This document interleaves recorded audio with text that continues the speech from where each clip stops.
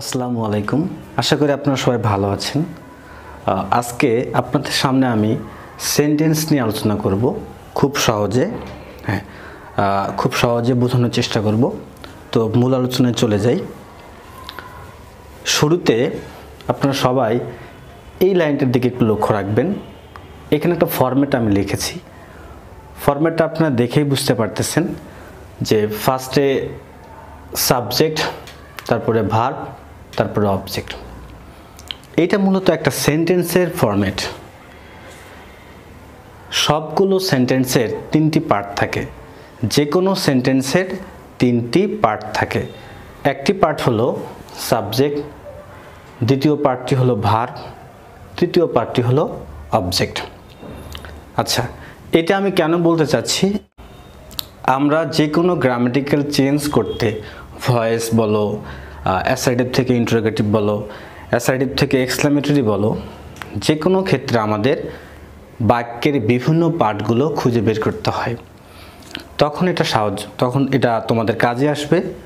তো এটা আমি সহজে কিভাবে আমরা একটা সেন্টেন্সের বিভিন্ন পার্টগুলো খুঁজে বের করব।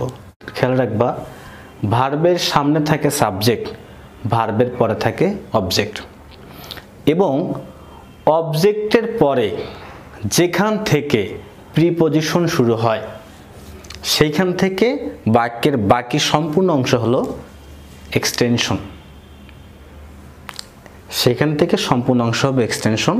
তবে এখানে একটা কথা মনে রাখতে হবে, যদি অবজেক্টের পরে অফ থাকে তাহলে ওইটুকু এক্সটেনশন হবে না। ওকে, আমরা এই সেন্টেন্সটার দিকে লক্ষ্য রাখি। এটা একটা সেন্টেন্স। এখন যদি তোমাকে কেউ জিজ্ঞাসা করে যে এই সেন্টেন্সের বিভিন্ন পার্টগুলো খুঁজে বের করো, তাহলে আমরা কিভাবে সহজে খুঁজে বের করতে পারবো?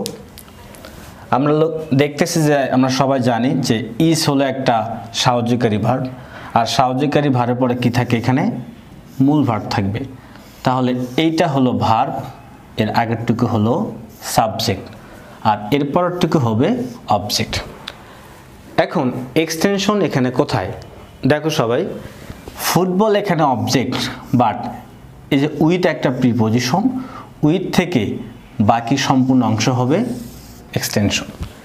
এখন এখানে যা থাকবে, যতগুলো ওয়ার্ড থাকবে, সবগুলোই হবে এক্সটেনশন। তাহলে এখান থেকে আমরা কি শিখলাম? ভার্বের আগে থাকবে সাবজেক্ট, ভার্বের পরে কি থাকবে? অবজেক্ট, এবং অবজেক্টের পরে যেখান থেকে প্রিপজিশন শুরু হয়েছে সেখান থেকে বাকি অংশ হলো এক্সটেনশন। আচ্ছা, এখন সবাই লক্ষ্য রাখো, এখানে লেখা আছে বাক্যের শেষে, আর এখানে লেখা আছে বাক্যের প্রথমে। এইটার দ্বারা আমি কি বুঝাচ্ছি?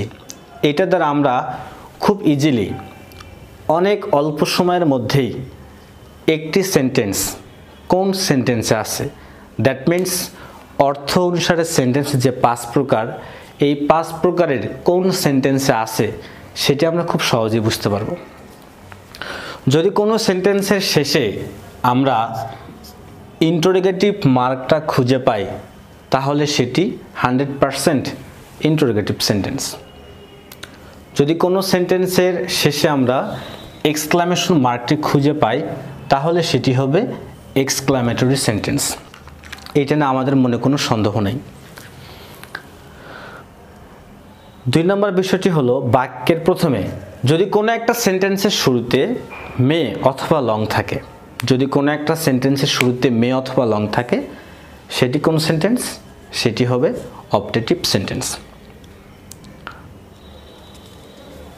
আচ্ছা, এখানে আমরা একটা কথা মনে রাখবো, যদি একটা সেন্টেন্স মে দ্বারা শুরু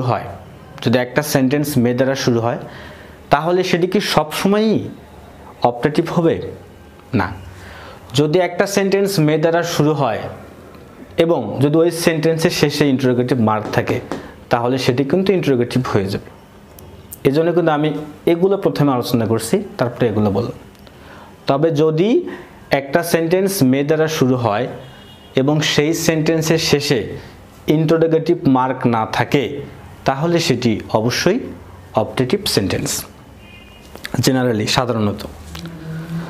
এবার দেখি যদি কোনো একটা সেন্টেন্সের শুরুতে সাবজেক্ট থাকে, তারপরে ভার্ব, তারপরে অবজেক্ট, এটা আমরা সবাই জানি, এই ঘটনাটা আমরা সবাই জানি, তাহলে সেটি হবে কি অ্যাসারেটিভ সেন্টেন্স। এটা আমাদের বুঝতে কোনো কষ্ট হয় না। আচ্ছা, যদি কোনো সেন্টেন্সের শুরুতে সাবজেক্ট না থাকে, কি না থাকে, সাবজেক্ট না থাকে। এখন এখানে অনেকেই প্রশ্ন করতে পারো যে স্যার তাহলে আপনি তো প্রথমেই বলছেন যে একটা সেন্টেন্সের 3টি পার্ট থাকে, অবভিয়াসলি 3টি পার্টই থাকে, তবে এখানে কেন সাবজেক্ট থাকবে না? এখানে আসলে সাবজেক্টটা থাকে বাট লেখা হয় না, সাইলেন্ট থাকে। বুঝতে পারছো সবাই? কি থাকে? সাইলেন্ট থাকে। তো এইখানে ইউ, এই প্রোনাউনটি কি থাকে? সাইলেন্ট থাকে, লেখা হয় না। এরপর দেখি, আমি ইম্পারেটিভ সেন্টেন্সের 3টি ফিচার্সের কথা এখানে বলছি। তবে ইম্পারেটিভ সেন্টেন্সের সবচেয়ে গুরুত্বপূর্ণ ফিচার্স হলো 2টি। একটি হলো ইম্পারেটিভ সেন্টেন্সের প্রথমে কোনো সাবজেক্ট থাকবে না, এবং ইম্পারেটিভ সেন্টেন্সে ব্যবহৃত ভার্বটি সবসময় প্রেজেন্ট ফর্মে থাকবে। কোন ফর্মে থাকবে? প্রেজেন্ট ফর্মে থাকবে।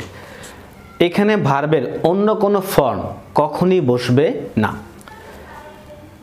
3 নম্বর বিষয়টি হলো একটি ইম্পারেটিভ সেন্টেন্স বিভিন্নভাবে শুরু হতে পারে। এটা শুরু হতে পারে প্লিজ দ্বারা, ডোন্ট দ্বারা, অলওয়েজ দ্বারা, নেভার দ্বারা, লেট দ্বারা, অথবা কি মূল ভার্ব দ্বারাও শুরু হতে পারে। আচ্ছা, তো তবে সব সময় খেয়াল রাখতে হবে ইম্পারেটিভ সেন্টেন্সে কি থাকবে না? কোনো সাবজেক্ট থাকবে না। ওকে গাইস, আমরা এখন দেখি এখানে যে সেন্টেন্সগুলো লেখা আছে, এক্সাম্পল, এগুলো আমরা সবাই বুঝতে পারি কিনা যে এগুলো কোনটা কোন সেন্টেন্স। ওকে, প্রথম বাক্যটি দেখি, Kamal is playing football with his friends. সবাই লক্ষ্য রাখো, এই সেন্টেন্সটার প্রথমে কি আছে? কামাল, একটা সাবজেক্ট আছে। দেখো প্রথমে আছে কি? কামাল, একটা সাবজেক্ট, এবং তারপরে ভার্ব, তারপরে অবজেক্ট, যেটা আমি প্রথমে আলোচনা করেছি। এবং দেখো এই বাক্যটি তাহলে কোন সেন্টেন্স হবে? তোমরা ইতিমধ্যে বুঝতে পারছো যে এটা অবশ্যই অ্যাসারেটিভ সেন্টেন্স। এটা কেন অ্যাসারেটিভ সেন্টেন্স, কিভাবে খুব সহজে বুঝবো? দেখো এই সেন্টেন্সের শেষে কিন্তু কোনো ইন্টারোগেটিভ মার্ক নেই, কোনো এক্সক্লামেটরি মার্ক নেই, বাক্যের প্রথমে মে বা লং দ্বারা শুরু হয়েছে না। দেখো এখানে কিন্তু সাবজেক্ট আছে, তাহলে এখানে পুরোপুরিভাবে মিলছে এই গঠনটির সাথে। তাহলে এটি কোন সেন্টেন্স? এটি হলো assertive sentence. Aren't you going to school? সবাই দেখতে পারতেছি লাস্টে কি আছে? এখানে ইন্টারোগেটিভ মার্ক। ইন্টারোগেটিভ মার্ক দিলে সবাই আমরা জানি এটা কোন সেন্টেন্স হবে, তো অবশ্যই ইন্টারোগেটিভ সেন্টেন্স হবে। 3 নম্বর সেন্টেন্সটি সবাই দেখি, মে আল্লাহ হেল্প ইউ। এই বাক্যটি দিয়ে একটা ইচ্ছা বা প্রার্থনা বোঝানো হয়েছে। আর আমরা সবাই মনে রাখবো যে ইচ্ছা বা প্রার্থনামূলক বাক্যগুলি হলো অপারেটিভ সেন্টেন্স। এখন এটা কিভাবে অপারেটিভ সেন্টেন্স কিভাবে প্রমাণ করব? লাস্টে কোশ্চেন মার্ক নাই, লাস্টে এক্সক্লামেটরি মার্ক নাই, এবং এই সেন্টেন্সের প্রথমে সাবজেক্ট নাই, প্রথমে কি আছে? মে আছে। দ্যাট মিন্স যদি কোনো একটা সেন্টেন্স মে বা লং দ্বারা শুরু হয় তাহলে সেটি কোন সেন্টেন্স হবে? Operative sentence. Go to school, এই বাক্যটি কোন সেন্টেন্স? দেখো লাস্টে ফুল স্টপ আছে, তাহলে অবশ্যই এই দুটি নয়। মে বা লং নাই, তাহলে এটিও নয়। তাহলে এখানে ফার্স্ট থেকে সাবজেক্ট আছে না? এখানে কোনো সাবজেক্ট নাই, তাহলে কোনটার সঙ্গে মিলে যাচ্ছে? এই যে সবসময় ভিওন থাকবে, হ্যাঁ হ্যাঁ, এখানে কোনো সাবজেক্ট থাকবে না, তাহলে এটা কোন সেন্টেন্স? Imperative sentence. এবার দেখো এটা সবাই আমরা দেখেই বুঝতে পারতেছি লাস্টে কি আছে? এখানে এক্সক্লামেশন মার্ক। কোন সেন্টেন্স? Exclamatory sentence.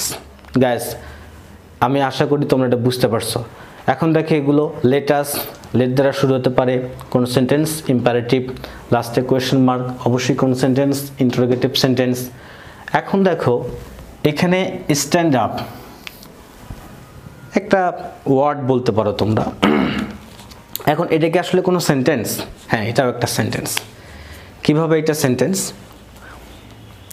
এটা স্ট্যান্ড আপ, এখানে কোনো সাবজেক্ট নাই। আর আমরা সবাই জানি যদি কোনো বাক্যের সাবজেক্ট না থাকে তাহলে সেটি কোন সেন্টেন্স? সেটি হবে ইম্পারেটিভ সেন্টেন্স। এটা একটা imperative sentence.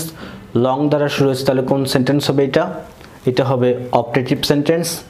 Please help me কোন সেন্টেন্স? এই যে ইম্পারেটিভ সেন্টেন্স।